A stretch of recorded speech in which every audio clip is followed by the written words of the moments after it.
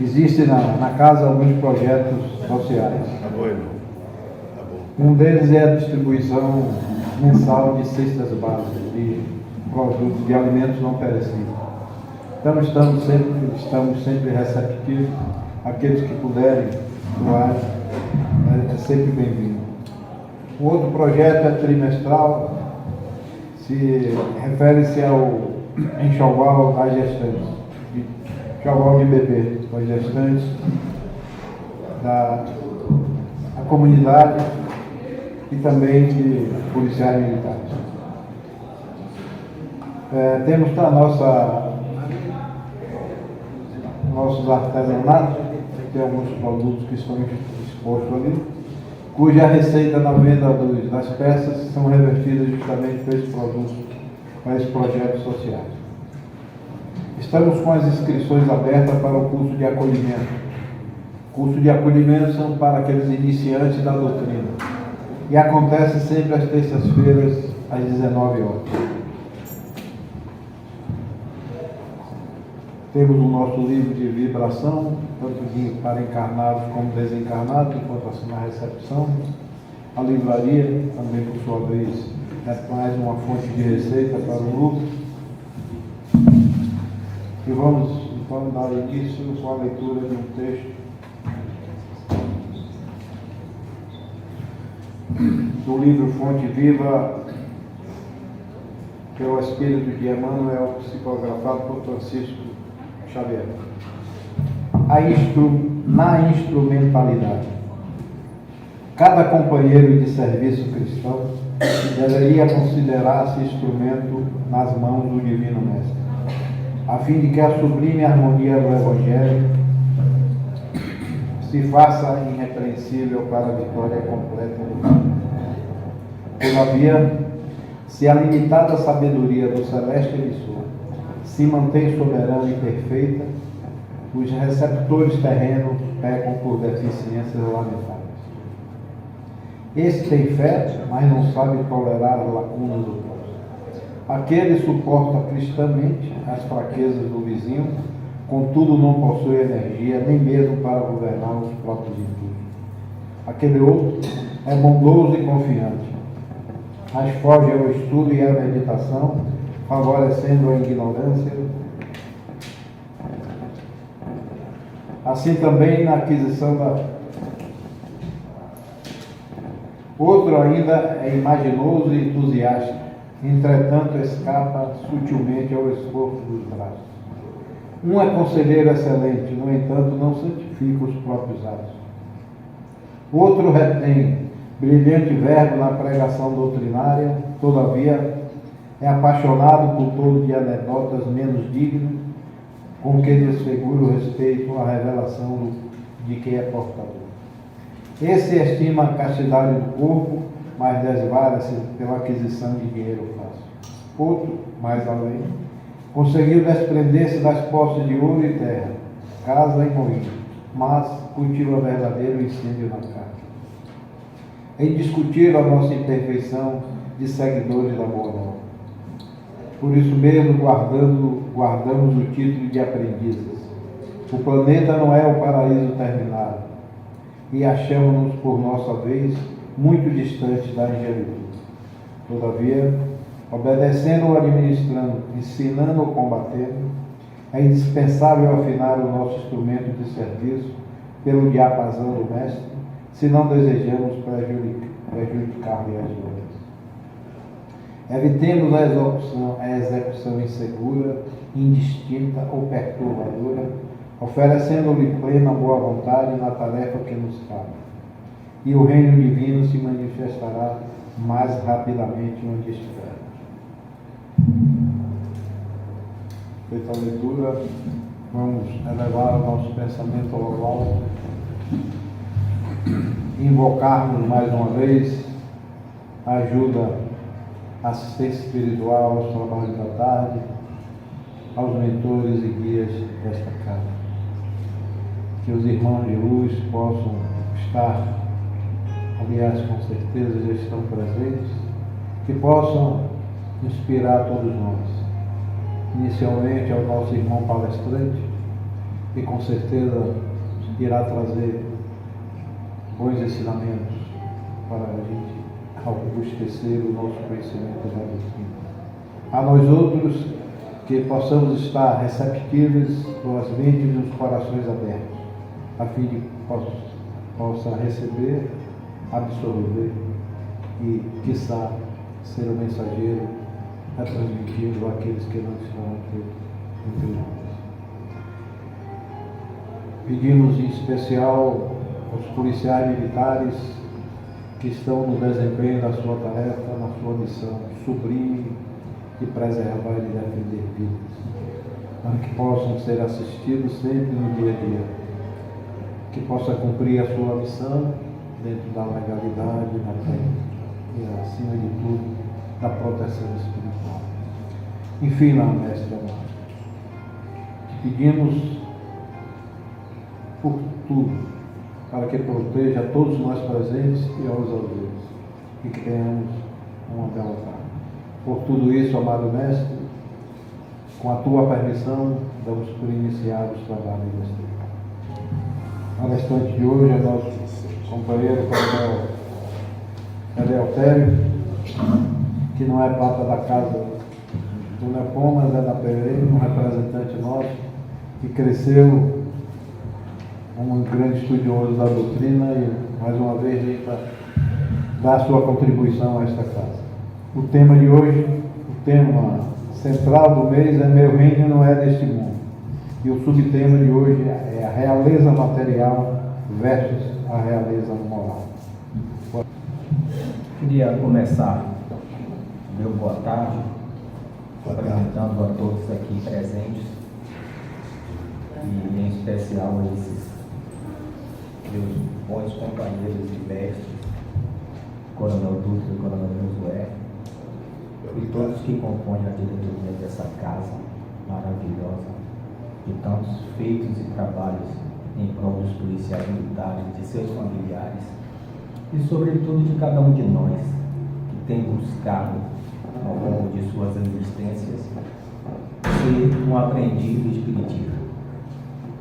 E esse tema é muito particular para esse momento em que a gente se aproxima da Semana Santa. Ele está dentro e é, a par de ser um momento muito importante para a nossa religiosidade, ele também é um tema mormentemente histórico. Ele trata de um homem que, passando aqui uma existência terrena, encarnado, praticou talvez a maior revolução já acontecida desse planeta,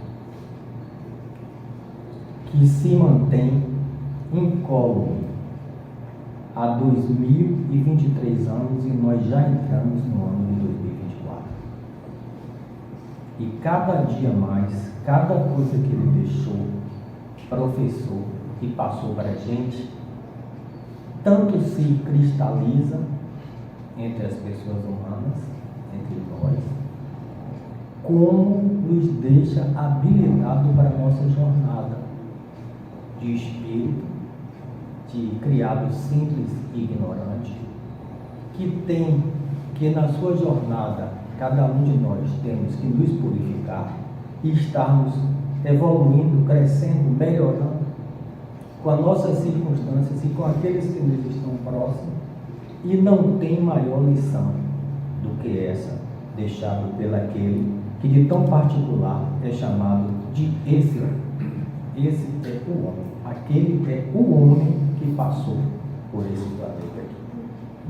E essa expressão está contida no meio de um diálogo, num momento muito crucial de Jesus, que foi o diálogo de Jesus com Pilatos.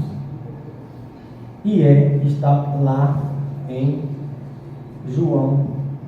E vocês se recordam que João era primo em segundo grau de Jesus Cristo, pelo parentesco dele da mãe com, tanto quanto o outro, perdão, eu vou falar de João, mas esse João em particular, que eu quero dizer, ele é o João evangelista, que é primo carnal de Jesus, que os dois, tanto o João Batista quanto o João evangelista, são primos de Jesus. João Batista, precursor, inclusive dos feitos que Jesus veio a praticar, e João evangelista, que escreveu essa passagem deste evangelho, também era tão ligado, e Jesus gostava tanto dele, que ele era chamado de o apóstolo amado.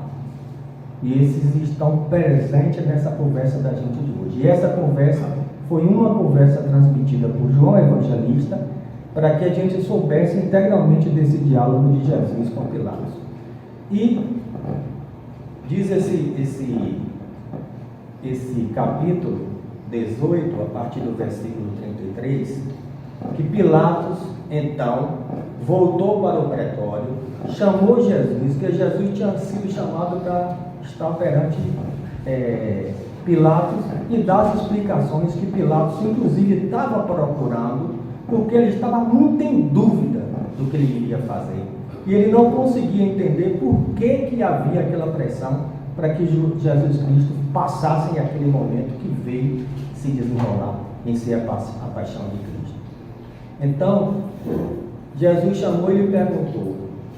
E essa pergunta era uma dessas pegadinhas, dessas para a gente pisar na casca de banana, né? Porque era uma disputa de poderes. Vocês se recordam que esse instante da humanidade, Roma, enquanto império, dominava a terra que hoje a gente bem conhece como Israel, que era o berço de Jesus e da família de Jesus. E como existia lá a lei que vigia naquele tempo era a lei mosaica. E a lei mosaica é uma lei que a gente tem que conhecer muito. Não há possibilidade da gente chegar até o cristianismo se primeiramente a gente não entender a lei mosaica. Se a gente não entender que neste momento aí, em que tudo isso se passava, ainda existia a égide da primeira revelação. A primeira revelação foi o povo de Israel, passando pela diáspora, terminou se concentrando no Egito. E lá viveram na condição de escravos, com uma certa influência e liberdade, mas vida de escravos. Até o dia em que, fortalecido, Moisés, quando tinha 40 anos, conseguiu congregar todos e partir para ocupar de retorno a sua terra, o lugar da onde eles eram. Recobrar o lugar de onde eles eram. E lembram cada um dos senhores que isso ele fez uma jornada de 40 anos. Ele tinha 40 quando começou, Moisés, e ao chegar lá em Canaã, ele chegou aos 80. Nessa condução do povo do Egito para retornar para Israel, foi quando ele teve aquela passagem de também em um monte receber as 2 tábuas e uma condensação do que seria as leis de Deus. As leis de Deus ali estão altamente sintetizadas, porque a lei de Deus é tudo. Assim como Deus é supremo, superior em tudo, que nós não conseguimos nem vê-lo, nós só compreendemos pelo que a gente tem de conhecimento. Também as leis de Deus são todas as leis que são contidas na natureza. Então, se a gente pensar como é a amplitude da natureza e a gente pensar que a lei de Deus é tudo que está na natureza, dá para a gente entender bem que aquilo que estava resumido nas tábuas ou nas pedras era uma sintetização para a gente conhecer. E ainda assim, Moisés, entendendo que precisava agregar mais alguma coisa para que as pessoas pudessem compreender, ele ainda colocou alguns artigos a mais, que na verdade compôs um código de ética, um verdadeiro código civil de convivência entre as pessoas humanas. Tá? Então ele tinha de Deus recebido o que está contido nas pedras, e por intuição também de Deus, ele descreveu essas linhas que vieram a dar um freio de arrumação para a própria humanidade. E essa arrumação é muito séria. Olhando daqui para a gente, para o dia de hoje, nosso, ela parece ser uma coisa simples, porque a gente imaginar de um tempo que parecia uma barbárie, onde houvesse uma desinteligência entre uma pessoa e a outra pessoa, entre uma família e a outra família, aquele que fosse vitimado ficava com o direito de ir e dizimar a outra família, exterminar a outra família. Era um tempo difícil. Para quem estava lá e viu coisas lá mais para trás, já era um momento novo para eles. Mas quando Moisés fez essa interferência e veio a pena do talião, a gente hoje pensa na pena do talião como se fosse assim uma coisa absurda, inadmissível no nosso meio. Mas o mais difícil é a gente dizer, foi um avanço e um tremendo avanço.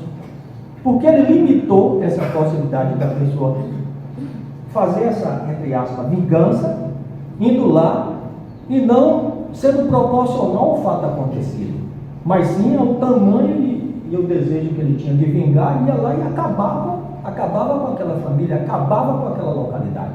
E assim estava, digamos assim, recuperado aquele fato que ele passou. E aí a proporcionalidade vem dizer assim, né? Se matou, infelizmente, matar aquele que matou. Se roubou, perder a mão. Não como antes, que se alguém fosse roubado, ia lá e exterminava a família daquele que foi o que roubou. Então deu uma certa ordem nisso. Foi um avanço nesse momento. Tá? Mesmo assim, nós sabemos que os humanos ainda continuamos nessa passagem da primeira até chegar na segunda revelação, que foi Jesus. Muita coisa ainda estava por acontecer e a gente evoluiu. E aí Jesus respondeu primeiramente com uma pergunta. Essa pergunta é tua? Ele se dirigiu a Pilatos. Ou outros te falaram a meu respeito? Respondeu Pilatos.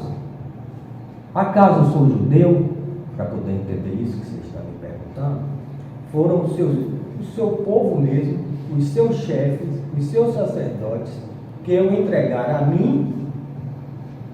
E aí ele pergunta, o que você fez? Porque ele ainda estava bem balançado sobre a acusação que estava pairando sobre Jesus.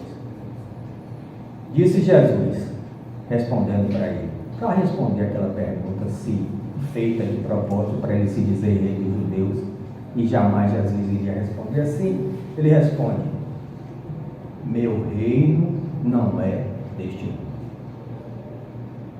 Essa frase é de uma profundidade. Ela não é uma frase solta, nem é uma frase para a gente ler e passar por cima, não. Essa frase tem muitos significados, e significados para a gente no dia de hoje. Até porque espíritos em evolução que somos, tem tudo a ver com a nossa própria condição, essa resposta de Jesus. E ele ainda diz, se assim fosse, se eu fosse o rei deles, eles estariam lutando para que não passasse nada disso que eu estou passando, tá? E aí, novamente, Pilatos dá uma futucada. Então você é rei? E ele resolve não mais nem considerar as coisas que estavam sendo faladas, ditas ou pensadas por Pilatos. E ainda tem uma futucada de coisa nessa história, tá?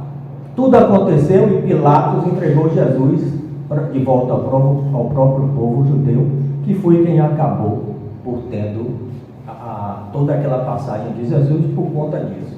Mas teve um porém aí que ele não é muito ressaltado historicamente. Estando ele, Pôncio Pilatos, no tribunal, naquele instante que acabou decidindo se seria Jesus ou um daqueles dois presos que estava lá, e Pilatos ainda fez esforço para saber se vocês não preferem um desses presos, mas ele, não, queremos ele. Estando ele, Pilatos, naquele instante, no tribunal, a mulher dele, Cláudia Próculo é o nome dela, mandou-lhe dizer uma frase que está aí para a gente nunca esquecer dessa frase dela. Não entres na questão deste justo. Este justo que eu estou falando é Jesus, lá ela disse desse porque ela estava distante dele. Porque num sonho muito sofrido por causa dela. Todos vocês conhecem esse sonho dela? O sonho dela é que ela estava sendo levada por um pescador em um barco. Isso é contado por Orígenes. E quando ela estava indo no barco, aparece o que ela diz assim, um santo, e diz a ela assim: diga a ele que não se meta nessa história, porque nós não devemos matar Deus. E aí, no momento do Calvário e logo depois na paixão, quando as coisas estavam acontecendo, Pôncio Pilato deixa cair a ficha, ele se volta para ela e pergunta assim: mas finalmente o que é que você entendeu daquele sonho que você mandou me avisar? Ela disse que você vai passar para a história como uma pessoa que matou Deus. Isso é coisa pouca? Isso é muita coisa para a gente que está daqui hoje olhar e entender. Vamos falar de Jesus?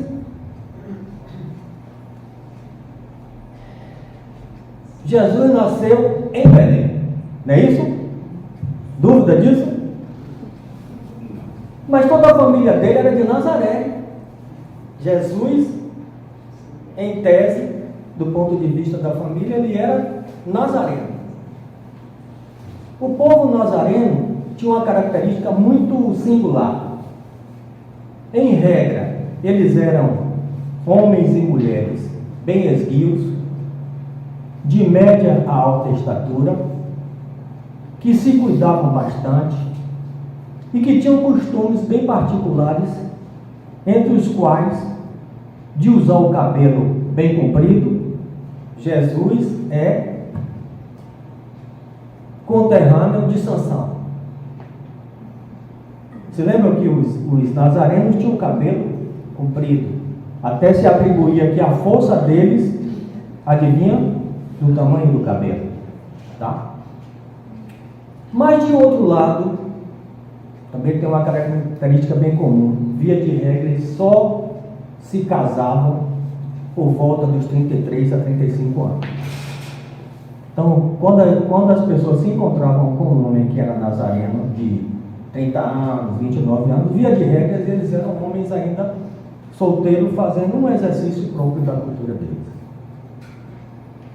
Mas os profetas já anunciavam que haveria um Messias que voltaria, ou que chegaria, e que esse Messias nasceria em Belém.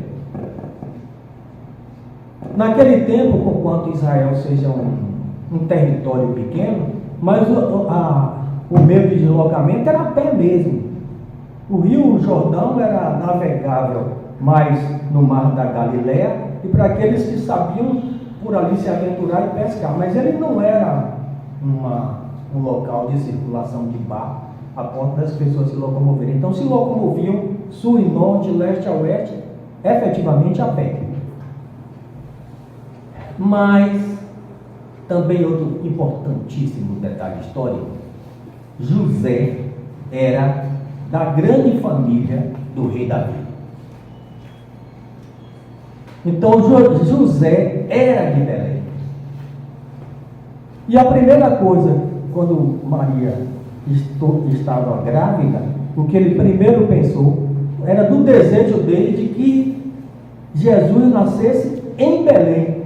E de alguma forma cumpria-se a profecia que acontecia entre o povo dele, que se chegasse o Messias, e isso era um comportamento comum, quer dizer, vai chegar um filho e eu ainda não sei, mas eu almejo que esse meu filho seja o próprio Messias. Aí ele pegou Maria, se acertaram e foi para Belém, nasceu Jesus, findo o nascimento de Jesus, eles retornaram naturalmente para a cidade de Nazaré. Essa é uma coisa importante entender, porque muita gente assim, como? Se tudo de Jesus era de lá, se José estava lá, se Maria estava lá, por que que assim? Aí tem a história dos reis magos, tem outros participantes, tem a manjedoura, muita coisa foi agregada. O lugar bem humilde que nasceu, muita coisa já foi historicamente agregada. Mas o que fica de muito lógico é o sentimento de José partir para Belém, onde Jesus nasceu, e a gente dizer assim, Jesus que é nazareno, em verdade nasceu em Belém. Pequeno, nos primeiros momentos de Jesus, como toda família, ele foi uma criança. Uma criança que fazia coisas de criança. E José era, o que José era? Pois é, carpinteiro é o que a gente diz hoje assim, para o lugar que nós estamos, né? Mas naquele tempo que seria carpinteiro, ele fazia tudo. Assim, já exagerando, naquele tempo uma pessoa que era de alguma profissão, ele acabava fazendo tudo. Ele era carpinteiro, pedreiro, encanador, fazia o telhado, certo? Fazia a roça, fazia tudo, né? Não tinha esse grau de especialização tamanho de dizer carpinteiro é carpinteiro, pedreiro é pedreiro, encanador é encanador, eletricista, não era desse tempo. E principalmente na casa de cada um, hoje ainda é muito assim, né? A gente não faz tudo, a gente não troca a tomada, troca a lâmpada. Se só uma lajota saiu, a gente dá um jeitinho de arrumar. Se cai só um azulejo do banheiro, se precisa fazer algum pequeno reparo dentro da casa, a gente não faz de tudo. Então, naquele tempo isso é normal. E era comum que a maior parte do tempo José estivesse na sua marcenaria ou carpintaria fazendo as coisas próprias dele. E José estava ali colado na perna, vendo, aprendendo, fazendo aquelas perguntas próprias de criança e também fazendo algumas coisas à imitação do que José fazia. Isso era um caminho muito natural, né? Como adolescente, tem uma passagem muito singular de Jesus. Ele Jesus, adolescente. A época da Páscoa era um momento em que esses que vieram de hebreus, que se transformaram em judeus, que tiveram aquela história daquela terra comum, cumpria-se uma festividade, uma celebração que era já própria de lá, que é o que a gente conhece hoje ainda como Páscoa. E as famílias, eram as famílias que se deslocavam. Cada um era daquele lugarejo, mas se deslocava todo mundo. Eu estou dizendo que entre esses 12 apóstolos, uma parte significativa era parente mesmo, direto de Jesus. Então, quando saía a família de José, com a família de Maria, com os vizinhos, com os circunstantes lá para a Páscoa, e também porque era um deslocamento a pé, de 20 quilômetros, 30 quilômetros, 50 quilômetros que as famílias faziam esse deslocamento, e aquele bolo todo, ainda levando alguns víveres para se sustentar, ia levando água para poder ir tomando no caminho. Então era uma família bem ao que a gente possa imaginar naquele tempo. E lá se cumpria todos os momentos de celebração próprios da Páscoa daquele tempo. Só que quando acabou, todos se reuniram, acertaram tudo o que tinha que fazer, se cumprimentaram de volta que estariam voltando para Nazaré e foram embora. Ao chegar em Nazaré, passado algum tempo, José percebeu que Jesus não tinha voltado. Mas como a família era grande, muitos tios, muitos primos, era comum ficarem lá no meio dos primos para depois aparecer. A José, no segundo dia, Jesus Jesus, e ele procurou Jesus entre os parentes e nada. No terceiro dia ele disse, olha, tem alguma coisa aí de muito errado. Jesus ficou lá por Jerusalém. Só a gente voltando lá para ver o que está acontecendo. Aí os dois foram.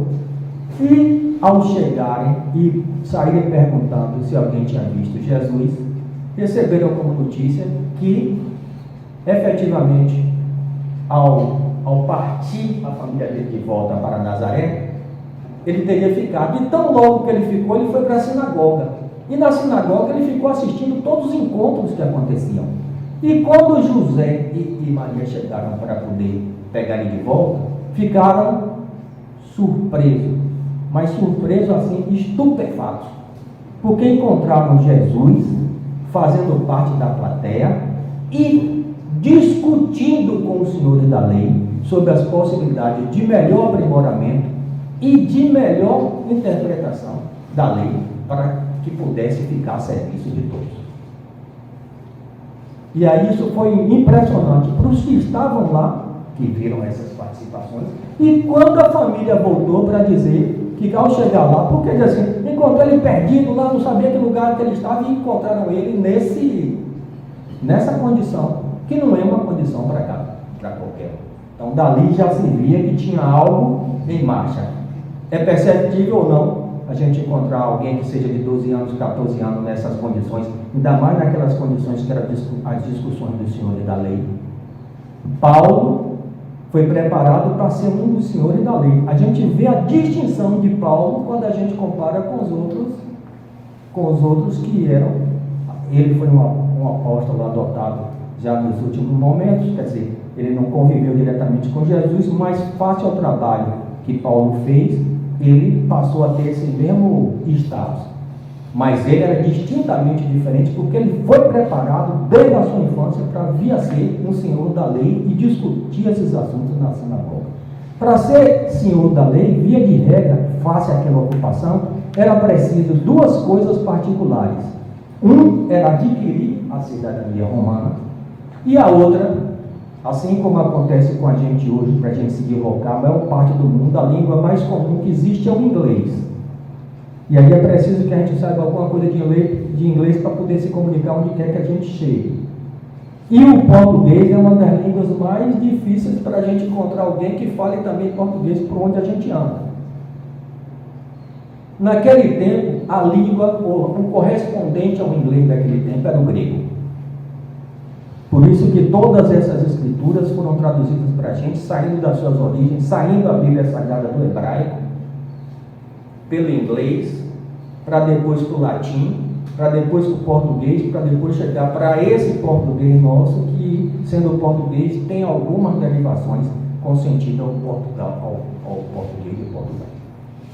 E quando ele retornou, ele não mais baixou essa verve dele. E para completar, João Batista já estava demonstrando sinais visíveis de resignação com aquela dominação romana e com as humilhações, os sofrimentos que eles estavam passando para poder cumprir as determinações, as maneiras de conduzir os romanos e, sobretudo, a carga de impostos que cada vez era mais imposta a cada um daqueles cidadãos que agora não eram mais só súditos, eram quase que escravos, porque dominados pelo povo romano, que colocava em cada um desses lugares um governador para poder valer a lei romana. Tá? Assim, João Batista começou a fazer essas pregações, tocando nesse delicado assunto, que era o de relembrar que o povo judeu já tinha passado pelo aquele primeiro momento crucial de escravidão na Babilônia. E uma luta muito grande para conseguir voltar da Babilônia para o seu lugar. E aí, também era muito bem pensado, conversado, discutido aquele momento do Egito, que gerou novamente uma diáspora e depois um êxodo, que é esse do retorno com Moisés. E aí, eles viam agora uma ocupação que não era deles serem apanhados como escravos e levados para um local. Agora é o inverso, eles estavam sendo escravizados dentro do seu próprio local, com um novo poder, estando acima dos seus poderes locais e com uma derivação muito que não foi aceita nem degludida de jeito nenhum por João Batista, que era assim, com uma ligação muito grande entre os governadores romanos e os senhores da lei judaicos, porque eles começaram a se acertar muito.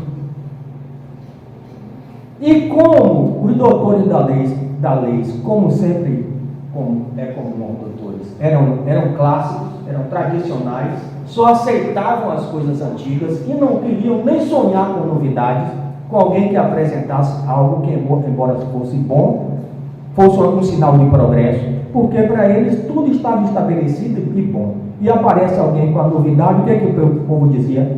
Já vem aparecendo esse moço com novidade. Repare só o que é que vai dar. Não é assim que as pessoas que estão à frente começam a dizer? E aí João Batista começou a não aceitar isso. E aí João Batista, em não aceitar e começar a fazer esses encontros e essas reuniões, e elas eram tanto mais práticas, porque eles tinham afazeres diários. Mas quando chegava 4h30 para 5 horas, estou falando no nosso oral aqui, lá vocês sabem que eles dividem a hora, o dia, em 4 horas, primeira hora, terceira hora, sexta hora, nona hora. Aí, lá, quando se caminhava para a nona hora, que eles iam ficar livres, e como lá tem o Mar da Galileia, o Mar da Galileia é um lago, formado pelo Rio Jordão, mas ele era tão grande, fundo e viscoso, que o pessoal também chamava de mar. Mar de Tiberíades, é o mesmo Mar da Galileia. Tá? Eles iam para essa beirada do Mar da Galileia, e lá tinha uma porção de pescadores, porque lá se pescava muito, que era um grande meio de alimentação para eles, era isso. Então tinha um público garantido cada vez que eles se encontravam. E muitos eram efetivamente pescadores. Então era fácil deles se entenderem. Era fácil de se comunicar. Tá? E aí, o pessoal começou a perceber isso. Diz, vamos logo atrás cortar esse mal pela raiz. E aí todos sabemos historicamente o que aconteceu com João Batista. Não só foi preso, como o rei ainda recebeu a cabeça de João Batista na bandeja, não é assim? Passamos? Lembramos disso? Pronto. Isso apanhou Jesus ainda muito jovem, porque ele estava sendo iniciado. Cada coisa que João Batista fazia, ele estava colado em João Batista. Todos aqueles que estavam na proximidade de Jesus, Tiago, que era seu primo, João, evangelista, que era seu primo, tanto quanto Jesus, foram batizados lá no Rio Jordão por João Batista. Então ele tinha uma liderança muito grande entre eles. E aí o pessoal olhou para Jesus, que andava com João Batista, e disse: e agora? Porque João Batista foi embora, e agora? A gente vai ficar sem alguém? E aí Jesus viu que era chegada a hora dele fazer essa iniciação. E é evidente que quem vai fazer sua primeira aparição e seu primeiro discurso, dá aquela dor na barriga, a gente fica um tanto quanto seguro, se tanto mais jovem, mais segura, a mão soa, fica suada naquele momento, e aí Jesus deu aquele lampejo e iniciou exatamente pela mesma frase que João Batista iniciava as suas reuniões, que foi dizer assim: arrependei-vos, porque é chegado. Como é a frase? Arrependei-vos, porque é chegado o novo tempo. E essa frase foi um mote para dizer que tudo estava caminhando e em marcha. Estava tudo caminhando para acontecer e sob novas condições. Essa foto é difícil da gente ver, mas é a foto de João Batista naquele momento tão significativo para a gente que é cristão.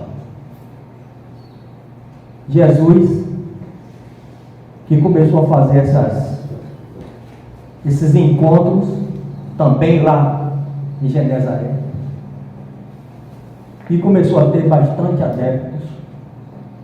A cada instante ele buscava ainda melhor se preparar espiritualmente para o tamanho da missão que ele tinha cumprido. E nós, e os profetas que estão aí para o nosso registro, eles tinham uma coisa em comum. Quando eles precisavam se concentrar mesmo para dizer agora vai começar a ir para valer, eles faziam uma espécie de retiro no deserto. E lá conseguiam conversar diretamente com Deus. E Jesus foi, passou um tempo assim, se preparou, e quando voltou, disse agora é para valer. Agora vamos em frente.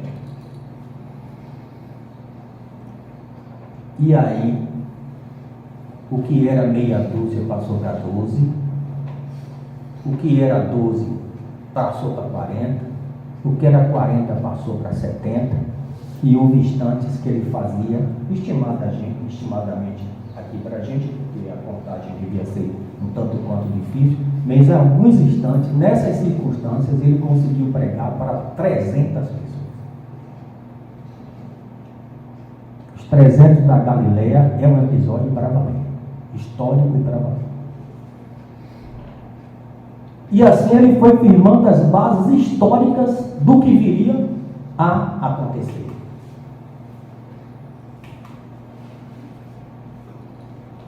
E o que acontecia nessa história daí era de um homem que veio a essa terra para fazer, e até agora sendo o único, que conseguiu cumprir o seu discurso 100%. Tudo que ele falou, tudo que ele ensinou para outra pessoa, tudo que ele orientou outra pessoa, e até os feitos que ele fez de recuperação, de saúde, de tantas outras coisas com as pessoas, ele primeiro anunciou para depois fazer, para dizer que ele veio para aqui, para relembrar aquela lei. Eu não vim para apagar a lei anterior, eu vim para cumprir e fazer cumprir a lei de Deus. E também ele se impôs a fazer, com a estatura e a possibilidade que ele tinha, de cumprir religiosamente tudo o que ele anunciou. E até agora podemos dizer que talvez digo assim com mais firmeza, que com certeza foi o único homem a fazer isso 100%. Foi o único a refutar aqueles que, ao falarem alguma coisa, deixavam mais anunciado do que iriam fazer do que o que cumpriam. E é por isso que ele tinha uma aversão e não deixava de falar sempre do cuidado que cada um de nós tinha que ter com os escribas e com os fariseus. Quem tem a constante leitura do Evangelho segundo o Espiritismo está lembrado que lá na introdução do Evangelho tem uma série de coisas que são ditas assim: olha, nessa nossa caminhada vocês vão encontrar isso. E lá ele descreve inclusive alguns povos, e vocês vão lá ver dizendo que os escribas, os secretários, os escrivães, eles ao fazerem o seu trabalho, sempre ressaltavam que as escrituras só valiam o que era antigo e que deveria ser mantido, e nada de novo deveria ser incluído ou acrescentado. O que era uma excrescência, porque Jesus dizia assim: nós só enxergamos até aqui, gente, muita coisa vai ser ainda enxergada, entendida e compreendida. Então, tudo aquilo que for desvendado, tudo que for revelado, que for da lei de Deus, já é da lei de Deus. Praticamente eu não estou agregando nada. O que eu estou é reconhecendo que aquilo era uma lei que eu, pela minha ignorância, não conhecia. A lei de Deus é a lei da natureza. Eu vou exemplificar. A lei de gravidade é a lei da natureza. E, por consequente, é a lei de Deus. Tinha um tempo que o homem não conhecia isso. Os homens não conheciam isso. A lei da gravidade. E quando alguém falava, ele dizia assim: como é que pode, rapaz? Eu estou aqui em pé e estou aqui. Quer dizer que o pessoal que está lá do outro lado está de cabeça para baixo e está seguro na terra? Tá, sim, nós não sabemos agora que é verdade, mas antes era incredulidade dizer isso. A partir do momento que isso foi visto e comprovado, isso passou a ser incorporado para a gente, mas nós só fizemos ver, entender e compreender algo que foi desvelado, que já era da lei de Deus. Certa feita, também num desses lugares, em Veneza, Galileu Galilei, sentado numa série de degraus que davam acesso ao mar, tinha uma porção de pescadores, ele sentou e disse assim: vocês estão vendo aquele barco? Ele vai caminhar, ele vai andar no mar, ele vai navegar, e a certa altura a gente não vai ver mais o barco, só vai ver a vela. Depois a gente vai ver que a gente só vai ver metade do mastro. E depois a gente vai ver o barco e o mastro desaparecer. Isso é uma lei. Isso é para provar que a terra é redonda, é uma circunferência. Então, quando alguém chegou e comprovou que isso era verdadeiro, só fez desvelar uma lei que já é da natureza, para que nós compreendêssemos. Então, esse era o que Jesus mais apregoava para a gente. A gente só precisava ir conhecendo. Para ir conhecendo, é preciso que a gente vá evoluindo, e vai evoluindo muito para poder aprender essas circunstâncias. Mas tinha uma coisa particular aí nesse momento de Jesus, é que ele falava brandamente, dizia que esse instante nosso era dos mansos e pacíficos, e que aqueles que são promotores da paz são os que seriam chamados de filhos de Deus. Mas ele era duro, ele era firme, ele não titubeava, ele não gaguejava. Aquele episódio da mulher que ia ser apedrejada, a gente se recorda bem como é o término da fala de Jesus, porque tantos quanto que queriam apontar a ela o defeito dela, e como era comum naquele tempo, quando as pessoas se encontravam nessa situação, atiravam as pedras, jogavam pedras em genido. Não é assim que a gente conhece da história? E aí fez aquela comoção quando apareceu uma pessoa, se juntou aquele grupo de pessoas e aí foi para tirar aquelas pedras. A questão é que do lugar que é esse reino que Jesus diz que é o dele, que não é somente esse nosso que estamos aqui, ele sabia de todos esses processos. E aí ele olhou para cada um dos circunstantes, se ajoelhou e com o dedo ele foi escrevendo sobre cada um que estava ali presente. E aí ele disse, depois de olhar cada um, disse assim: tudo bem, então quem não tiver um pecado também atira a pedra nela. E o que aconteceu? Saíram um por um. Mas saindo um por um, o que a moça disse a ele? A moça foi naturalmente agradecer pelo feito, por ter ele salvo a pele dela. E o que ele respondeu?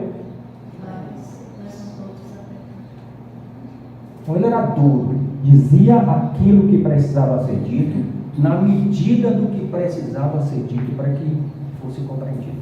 Para dizer que o tom da justiça, ele tem aquele tom certo. Lá no interior, eu sou do Piauí, e para a Bahia, graças a Deus, cheguei aqui pequeno e sou muito bem encontrado com o bairro. Muito. E a minha mulher de Andaraí, na Chapada Diamantina. E aí, quando eu chego em Andaraí, também me sinto muito. Mas as pessoas do interior têm assim uns dizeres que são assim bem particulares, né? E o dizer diz assim, muitas vezes assim: nós não conhecemos a verdade, nós conhecemos o que é certo, nós conhecemos o caminho correto. Conhecer efetivamente a verdade é para aqueles que estão lá naquele ponto mais alto da escala. E é por isso que às vezes a gente ouve uma máxima de Jesus e a gente fala como se essa máxima de Jesus já pudesse ser exercitada por todos que estamos aqui nesse momento, mas isso não é possível, irmão Dutra, porque nós somos todos da terceira ordem. E nós somos todos da terceira ordem porque no instante que a gente adquiriu consciência, a gente tinha que tomar uma decisão cruel. Haviam duas portas e a gente tinha que escolher passar por uma delas. Ocorre que a porta estreita era do caminho reto. E nós escolhemos que porta? A larga. E agora nós estamos num regime de recuperação, para que a gente consiga fazer a nossa jornada, retornar para o caminho reto e depois seguir em frente. Às vezes, quando a gente fala isso, alguns companheiros e companheiras dizem, não, mas eu não, eu já estou em outro patamar. E aí, só recordando algumas coisas que Jesus passava para a gente, para que a gente entendesse da enormidade do nosso trabalho, que é muito importante que a gente se conscientize que a gente está nesse caminho de retorno, para dizer que se alguém que está aqui um dia, olha, vou perguntar, ninguém me responda não, só pensa nisso. Se um dia teve um pouquinho de inveja, é da terceira ordem. Se alguém um dia teve um pouquinho de ciúme e se arrependeu imediatamente, mas teve, é da terceira ordem. Ainda está num regime de recuperação. Aí vou dizer mais, você mais ainda é fusível do que eu estou dizendo. Se um dia, a gente todo dia dorme, ora e levanta e ora, mas tem um dia que a gente acorda triste. Algo aconteceu com a gente que a gente precisa refletir, aumentar a nossa carga de oração, mas a gente se percebe triste. Se um dia a gente se percebeu triste, é uma característica bem básica que nós somos da terceira ordem. Pronto. Dito isso e dito quem é este Jesus, eu queria dizer assim, é fácil agora da gente entender por que ele disse que o reino dele é de lá desse lugar aonde a gente... O que ele diz? Conhecereis a verdade e a verdade vos libertará. A verdade nos libertará em total, porque nós precisamos continuar simples, porque nascemos simples e ignorantes. Agora, vencer a nossa ignorância é a gente adquirir intelectualidade com moralidade, que é o que Jesus veio para aqui. E lá naquela pergunta 625 do Livro dos Espíritos, combinado com a 621, a gente se lembra que foi dito assim: e quem foi o guia, e quem é o modelo, e quem é o exemplo para a gente olhar, copiar e seguir? Quem é esse modelo? Jesus. Pois é, aí eu vou dizer, porque isso foi respondido por um Espírito, e eu gosto sempre de dizer que a gente tem que dizer da forma completa: Jesus Cristo.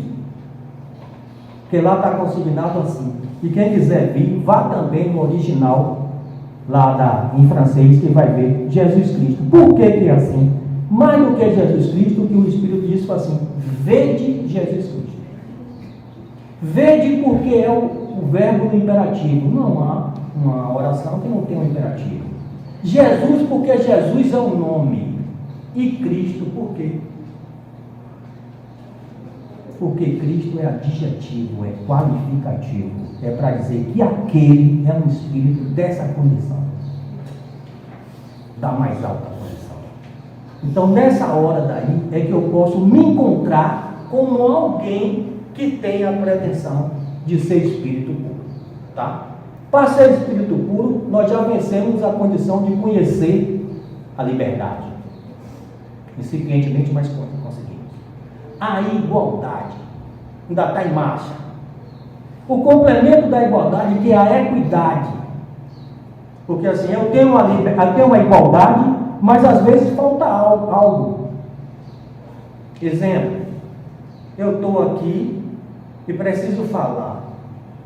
Podia ter uma pessoa que tivesse uma estatura menor do que eu, botava o telefone aqui e estava resolvido. Mas quando bota esse da condição de igualdade, para que eu possa falar também desse mesmo microfone. Então isso aqui é o contrapeso do peso.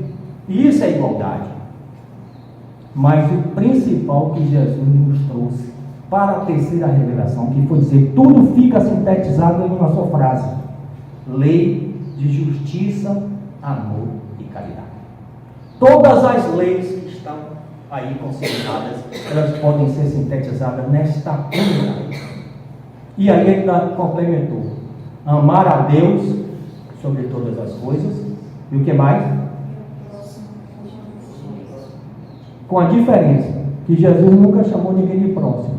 Qual foi a expressão que utilizou? Invariavelmente, irmãos.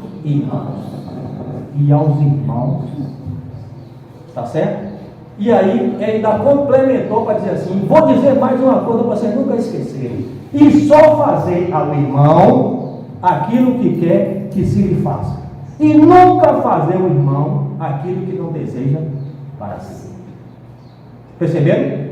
Aí dá para a gente compreender que Jesus, quando disse que o reino dele não é esse daqui, ele quis dizer o seguinte: não foi assim, aqui não é o meu reino, para dizer que ele era de um.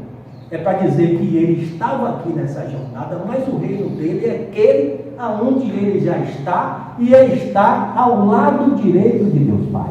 É assim que a gente conhece Jesus? Quem é Jesus? É aquele que de tão alto já está lá entre os espíritos mais puros, do lado direito de Deus Pai, aonde a gente consegue ver Deus. Porque as pessoas iguais a gente, elas não têm a ideia de que a gente vai chegar lá e pegar em Deus, mas não é possível.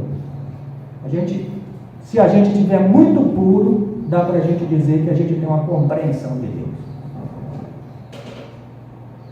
Então, a máxima de Jesus ao dizer isso, foi para dizer assim: o que eu estou dizendo é que é possível eu dizer que não sou daqui, porque eu estou dizendo que eu estou lá, mas vim aqui mostrar na prática que é possível, numa jornada de espírito encarnado que tem um nome particular de alma, cumprir essa jornada. E estou aqui me colocando como modelo e guia para que todos vejam que é possível. E que, como é dado o direito, que todos, invariavelmente, ninguém vai ficar de fora, todos vão poder chegar lá nesse lugar. É por isso que ele chamava de irmãos, entenderam? Porque se ele está lá, se Deus é Pai de todos nós, e ele já nos chamavam de irmão, por consequência, efetivamente, todos nós somos irmãos, e somos irmãos de Jesus Cristo, e Filho de Deus Pai. Esse é o maior sentido dessa conversa dele.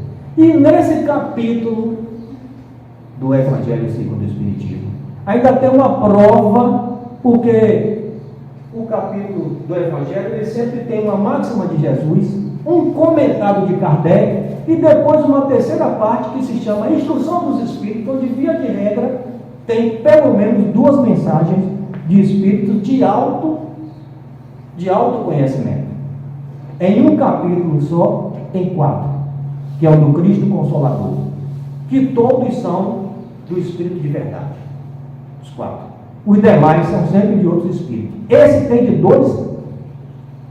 esse tem de um espírito que veio para comprovar isso, que foi uma rainha de França, que, falando bem rápido o que ela disse o seguinte: eu era uma rainha da França, tinha todos os poderes, plenos poderes, fazia o que queria com todo aquele povo que me era subordinado e meus súditos, tá? E como toda alma, chegou o dia que ela faleceu, fez a passagem, e como é comum a todo espírito que faz a passagem, depois recobra a consciência. Quando ela recobrou a consciência, o que ela viu? Ela era a última da fila. Todos que estavam ali, que tinham sido seus súditos, seus subordinados, tinham lá no reino da erraticidade, lá no plano da erraticidade, todos que eram subordinados a ela, lá eram superiores a ela. Aí ela se lembrou muito de Jesus Cristo. Aí ela se lembrou sobremaneira de Jesus Cristo. E aí é para a gente exemplificar o que a gente conversou aqui sobre essa questão. Mas eu queria dizer rapidamente que dessa minha conversa eu gostaria que algumas coisas fossem levadas para casa. Senão eu venho aqui, passo, vou embora. Aí você diz assim, mas ele falou aquilo tudo, eu não gravei nada, não tem nada para levar para casa. Aí eu queria falar 3 coisinhas bem rápidas. Primeiro, onde é o reino de Jesus? Lá, nesse mais alto, onde ficam os espíritos puros, com direito a ver o Deus Pai. Falamos sobre isso? Do meu dever, eu tinha que falar sobre isso. Depois, encarnado na Terra, quem é aquele ser que veio para poder ficar como modelo e referência para a gente? E a gente encontra lá no livro dos Espíritos, e eu já anunciei, e vou dizer agora o que foi dito integralmente para a gente nunca esquecer, que diz assim: resposta dos Espíritos para o homem. Para o homem, Jesus constitui o tipo da perfeição maior que a humanidade pode aspirar na Terra. Deus nos oferece para a gente como o mais perfeito modelo, e a doutrina nos ensinou, e é a expressão mais pura da lei do Senhor, porque sendo ele o mais puro dos quantos tem aparecido na terra, ainda era o Espírito do Divino que o animava. É coisa pouca isso? Dúvida disso? E por derradeiro, qual a realeza de Jesus na terra? Porque ele dizia, meu reino não é daqui, né? E diziam que ele era rei. E aqui tem uma porção de rei também, não tem? Roberto Carlos, Pelé, Xuxa, não é assim? E Jesus, a realeza moral, ele veio para cumprir integralmente a lei de Deus na terra, e assim ele passou por aqui e nos deixou esse legado que já estamos, podemos dizer, há 24 anos, há 2024 anos. Gente, eu só tenho a agradecer por esse momento aqui maravilhoso dessa conversa. Quero dizer que sempre sou muito feliz quando estou aqui. Primeiro, porque, além de tudo, sendo uma casa espírita, é a casa espírita da Polícia Militar da Bahia. E porque, enquanto o mundo, nesse instante, está tendo 1000 reviravoltas, nós conseguimos nos reunir no dia de sábado, 4 horas da tarde, para conversar sobre essas coisas, sobre o Espiritismo e, sobretudo, sobre Jesus. Eu queria dizer para cada um de vocês que continuem assim, porque a nossa jornada é longa. Nós estamos no início e na ordem dos planetas o nosso é o penúltimo, só tem um que ainda está depois do nosso. Para a gente chegar em Júpiter tem uma porção de coisa para a gente fazer, e vamos fazer junto que vale a pena. Muito obrigado.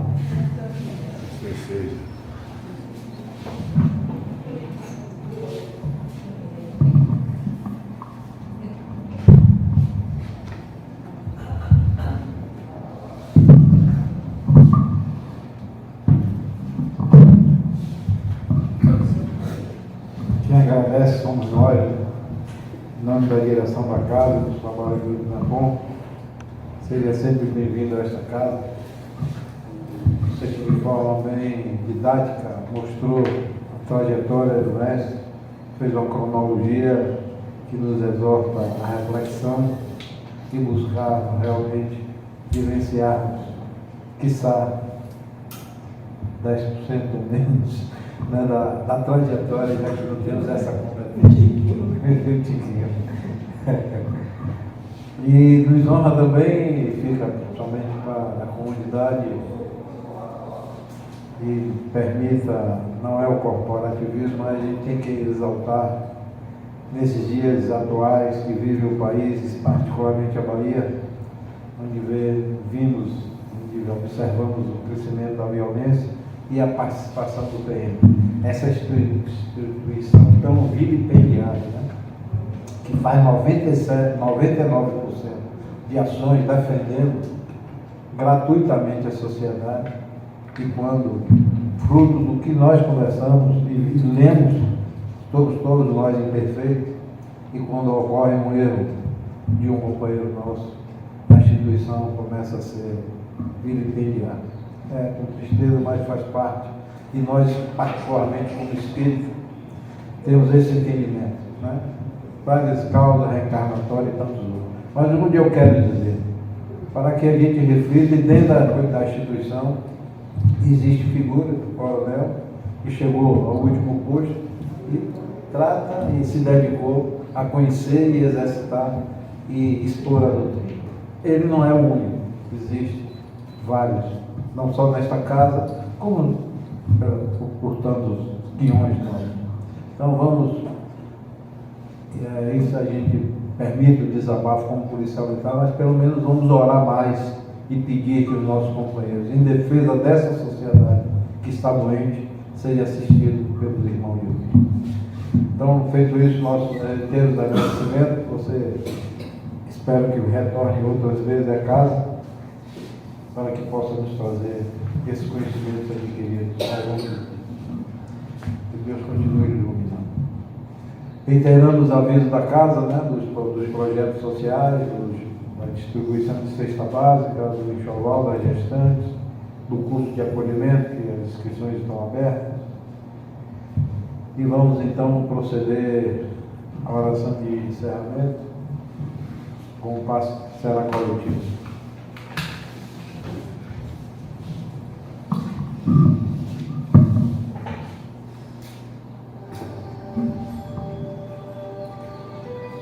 Amado Mestre, o quanto fomos presenteados por esta tarde maravilhosa. Que possamos, que todos nós dedicamos um minuto da nossa vida para buscar a sintonia com o alto, procurando cada vez mais buscar o nosso conhecimento e as sementes da vida que possam incessar o nosso desiderato de chegar à angelitude. O quanto temos que percorrer, sabemos, mas o que nos exorta é a esperança de que sempre é possível chegarmos até o Mestre Jesus. Foi dito que nós somos uma partícula do Pai, e que possamos realmente honrar essas palavras. Cada um de nós nos dedicando ao próximo, fazendo o bem, levando uma palavra amiga, enfim, buscando cada vez mais crescermos na esfera espiritual. Iniciamos a jornada, a abertura desse trabalho com a leitura do texto, que nos mostra o quanto somos imperfeitos. As oportunidades que nos surgem devem ser agarradas com o trabalho, mas acima de tudo com a preocupação de seguirmos o que o Mestre Jesus nos ensinou. E do que o nosso palestrante nos mostrou toda a sua trajetória, mostrando que alguns irmãos que ocupam essa cadeira, essa mesa, nos mostram bem claramente que no momento que nós interpretarmos, internalizarmos, seremos outra pessoa. Chega até a assustar quando nos afirmam que nós não somos seres humanos. Estamos seres humanos. Somos seres imortais. Portanto, vamos vivenciar essa afirmação para que possamos entender todos os acertos, os erros da vida, mas que temos sempre contar com a misericórdia divina que nos proporciona, através da reencarnação, a oportunidade de repararmos e educarmos, nos educar. Por tudo isso, amado Mestre, te agradecemos. E em teu nome, com a tua bênção, damos por encerrados os trabalhos.